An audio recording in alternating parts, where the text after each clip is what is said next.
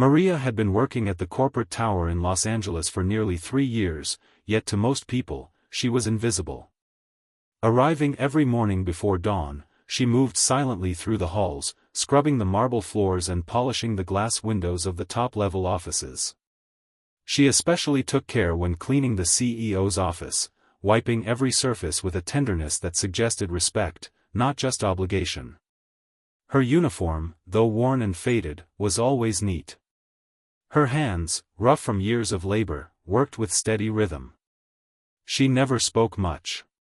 English wasn't her first language, and besides, no one really asked her anything beyond instructions. But there was one thing that made her stand out: her voice.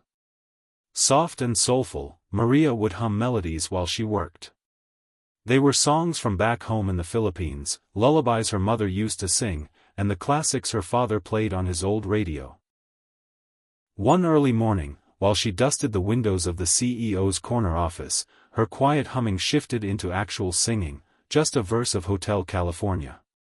She thought she was alone, but she wasn't. A junior executive, pulling an all-nighter, stood frozen just outside the door. He'd never heard a voice so raw, so filled with longing. He didn't interrupt. He just listened. That moment would be the spark that changed everything, not only for Maria but for everyone in the building who had forgotten how powerful it is to truly hear another human being. The cafeteria buzzed with laughter and light-hearted chatter as employees gathered for the company's first-ever Talent Day. It was meant to be a break from deadlines, a moment to connect beyond titles and tasks. A few staff members bravely stepped up to the mic, a marketing intern rapped nervously, a sales rep did stand-up comedy. Most performances earned polite applause, a few genuine laughs. At the back of the room, unnoticed as always, stood Maria, watching, smiling faintly. She had no plans to perform. But then, the janitor supervisor gently tapped her shoulder and whispered something in Tagalog. Maria shook her head at first, but after a few encouraging nods, she slowly walked forward. Heads turned. Whispers rippled through the room as the cleaning lady took the stage. Mr. Daniels, the CEO, didn't even look up from his phone. Maria gripped the microphone tightly with both hands, her eyes fixed on the floor. Her voice trembled as she spoke. "This song reminded me of home, of my papa playing his old radio in the village. He used to sing it when the power went out." Then came the strum of the first chord, familiar and haunting. Hotel California. As Maria began to sing, the room grew still. Her voice was unpolished but deeply soulful, dripping with nostalgia and heartache. It wasn't just a song, it was a memory, a story, a longing wrapped in melody. For the first time, everyone was truly listening. Even Mr. Daniels looked up. As Maria's voice filled the cafeteria, the chatter faded into a heavy silence. She didn't perform like a trained singer, she sang like someone who had lived every word.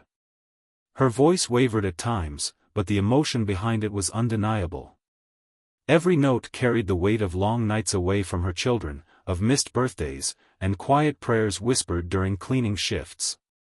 Her tone rose gently, then fell with aching softness, weaving through the lyrics of Hotel California like a confession.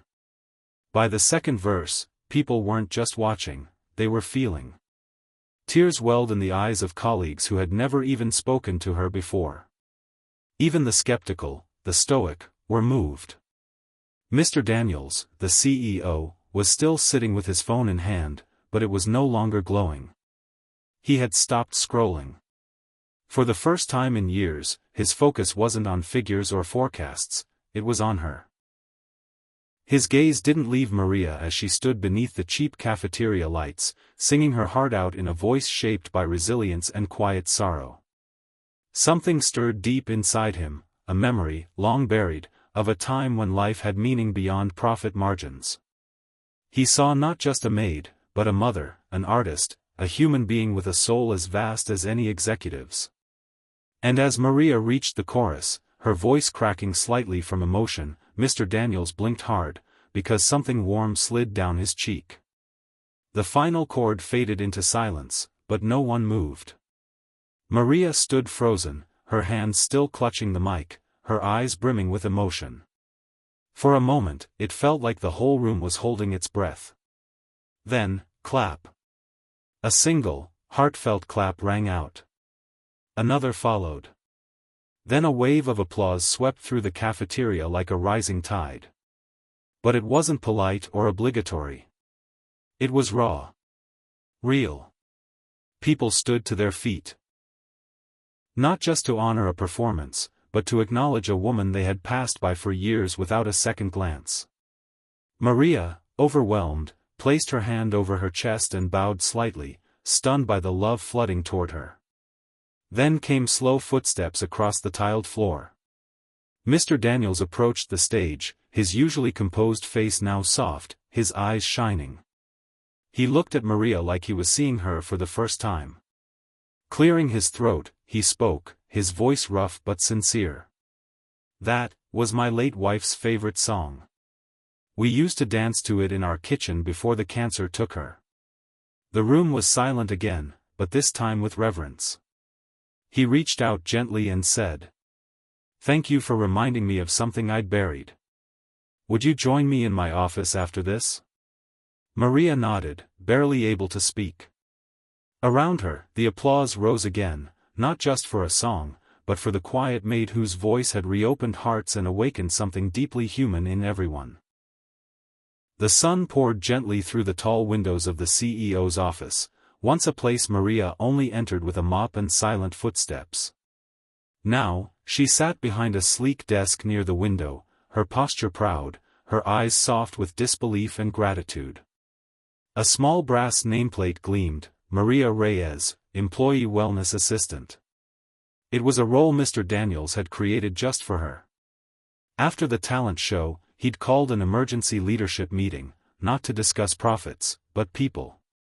He admitted how out of touch he'd been, how Maria's song reminded him that behind every job title was a human story. From that day forward, the company vowed to listen more, care deeper, and recognize every soul inside its walls. Maria's days now began not with scrubbing, but with smiling conversations, morning check-ins, and handwritten notes left on desks that simply said, "You matter." Beside her monitor sat a cherished photo, her children in the Philippines, their faces lit with joy. Her eldest had just arrived in LA the night before, a reunion made possible by the raise and relocation support she'd never dared dream of. And sometimes, when the building was quiet in the late afternoon, a gentle humming would float down the halls. It was Maria, still singing, still healing. Her voice, once ignored, now filled the hearts of everyone who heard it. Because sometimes, the most powerful transformations don't start with grand speeches, but with a song sung by someone no one saw coming.